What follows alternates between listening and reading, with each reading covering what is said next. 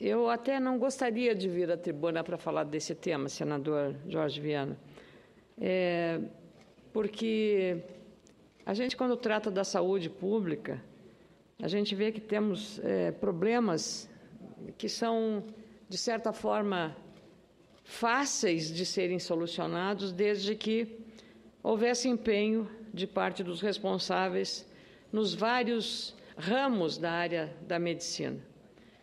Hoje pela manhã, quando eu estava assistindo um programa de televisão, eu vi que no nosso país a estatística nem sempre é confiável, seja na economia, seja em outros ramos da atividade, mas agora também na área médica estamos percebendo que não são confiáveis as nossas estatísticas. E por que eu estou dizendo isso? É que milhares de brasileiros correm o risco de morrer diariamente por desinformação e descumprimento da lei. Um levantamento da Sociedade Brasileira de Cardiologia mostra que mais de 50 mil brasileiros morrem todos os anos das doenças cardiovasculares. As informações do DataSUS, que é um departamento de informática do Sistema Único de Saúde, sistema que nós defendemos aqui, queremos o seu fortalecimento, queremos financiamento assegurado para o SUS, e o DataSUS reúne todos os dados estatísticos sobre qualquer tipo de doença em nosso país. Só que eles mostram que metade desses 50 mil brasileiros, 27 mil pessoas, são atingidas por esse mesmo tipo de doença anualmente. Ora, nós não podemos cometer nenhum equívoco em relação a um índice tão importante que é a doença cardíaca. A Sociedade Brasileira de Cardiologia, que contesta os dados oficiais, acompanhou 1.263 pacientes em 57 centros de saúde públicos e privados espalhados pelo território nacional. No caso da insuficiência cardíaca, doença que impede o coração bombear o sangue para o resto do corpo, o índice de mortalidade identificado foi de 12,6%, enquanto o DataSUS identificou um índice pela metade disso, apenas 6%. Esses números levantados pelos pesquisadores é o dobro da taxa na Europa e o triplo dos números registrados nos Estados Unidos. É uma diferença enorme e um descompasso nas informações que prejudicam não só a elaboração das políticas públicas eficientes na área da saúde, mas especialmente, e aí é que está a chave da questão, o tratamento e o diagnóstico acertado e precoce dos pacientes, seja na rede pública ou privada de saúde. Esse é um enorme risco que eleva a taxa de reinternação, atrapalha o uso adequado de medicamentos e das consultas periódicas preventivas. Como já comentei na tribuna aqui no Senado, a própria Sociedade Brasileira de Cardiologia, de Cirurgia Cardiovascular, também tem estatísticas preocupantes sobre a situação do combate às doenças cardíacas em nosso país. É grave e iminente o risco de colapso no atendimento cirúrgico, em especial, veja só, aquele relacionado às crianças cardiopatas, por causa de 3 fatores principais: o fechamento dos hospitais e de serviços de alta complexidade, a queda do número de cirurgias cardiovasculares realizadas nos últimos 5 anos, além da não incorporação de novas tecnologias. No ano passado, computando procedimentos do SUS, particulares e convênios, chegou-se a um número total de 92.106 cirurgias cardiovasculares, com uma queda de aproximadamente 10 mil cirurgias, se comparado a 2010, quando foram realizadas 102.300 operações cardiovasculares. É preciso lembrar que as doenças cardiovasculares são responsáveis por 32% das mortes em nosso país. Os pacientes com outras doenças graves, como é o caso do câncer, por exemplo, que está no rol das doenças de alta complexidade, também sofrem por causa do descumprimento da lei.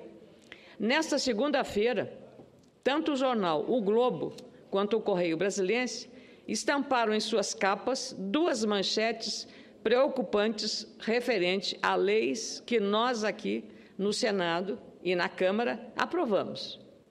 Um dos destaques diz o seguinte: país descumpre a lei do câncer. A lei que determina que o início do tratamento de câncer aconteça até 60 dias após o diagnóstico está sendo descumprida. Só 5% dos casos da doença são monitorados e, dentre aqueles que já conseguiram iniciar o tratamento, 43% esperam mais de 60 dias.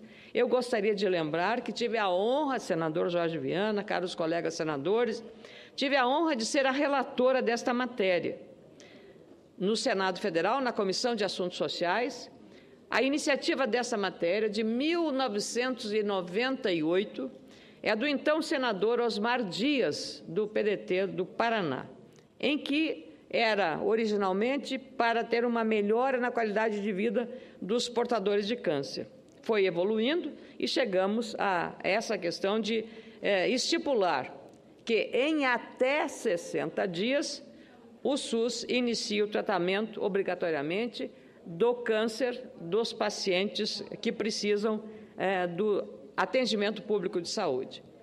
Eu lembro também que o doutor Eitel Santiago, procurador da República, subprocurador da República, junto com o Tribunal de Contas da União, fizemos um trabalho, um seminário na própria Procuradoria-Geral da República, abordando a questão relacionada aos direitos dos pacientes portadores de câncer. E uma das questões abordadas foi exatamente essa questão relacionada ao descumprimento da lei dos 60 dias, famosa lei já conhecida como a lei dos 60 dias. Mas não é só esta lei que eu tive a honra de ser relatora que não está sendo cumprida. Uma outra matéria que diz respeito ao direito das mulheres com câncer de mama, no mesmo ato cirúrgico da mastectomia, que é a retirada da mama contaminada com o câncer, e a reconstituição dessa mama com a prótese adequada, desde que as condições médicas assim o permitam. Eu também, nesse caso, tive a honra de ser a relatora, e cito com muito prazer a autora, a deputada Rebeca Garcia, do meu partido, do Estado do Amazonas. Também não está sendo cumprida a senadora Marta Suplicy. E é uma questão crucial em relação ao que está acontecendo. O Ministério da Saúde confirma que o déficit é difícil analisar porque 43% dos 12.130 pacientes que conseguiram atendimento entre os mais de 25 mil cadastrados no Sistema de Informação do Câncer, SISCAM, tiveram o prazo de 60 dias extrapolado. O órgão reconhece que os problemas passam pela falta de acesso ao tratamento, mas destaca também possíveis dificuldades dos hospitais para alimentar o SISCAM. Pelos dados do sistema, há 13.032 pacientes sem atendimento, e desse universo não é possível precisar, segundo o Ministério da Saúde, quantos ainda estão dentro do prazo dos 60 dias. Esta lei citada na reportagem é a 12.372 de 2012. Como eu disse, fui relatora no Senado, a esse substitutivo da Câmara ao projeto de 97, de autoria do ex-senador Osmar Dias. Antes de aprovado, envolvemos a sociedade nesse debate sobre a importância de acelerar o tratamento contra o câncer, pois sabemos que a prevenção, mas, sobretudo, o tratamento na hora adequada, são fundamentais para a cura. Quanto antes a doença for descoberta, mais cedo o atendimento especializado pode ser iniciado e maiores as chances de ampliar a recuperação desses pacientes. A gestão do governo federal é, portanto, essencial na regulamentação e nos ajustes da máquina pública para que as novas regras estejam, de fato, ao alcance dos pacientes com câncer. Outro caso flagrante de descumprimento da lei, também sobre o câncer, foi destacada na capa de outro jornal diário, o Correio Brasiliense. Câncer de mama, marcas difíceis de serem apagadas. Apesar de garantida por lei há 2 anos, a cirurgia reparadora do seio está longe de atender a demanda do país.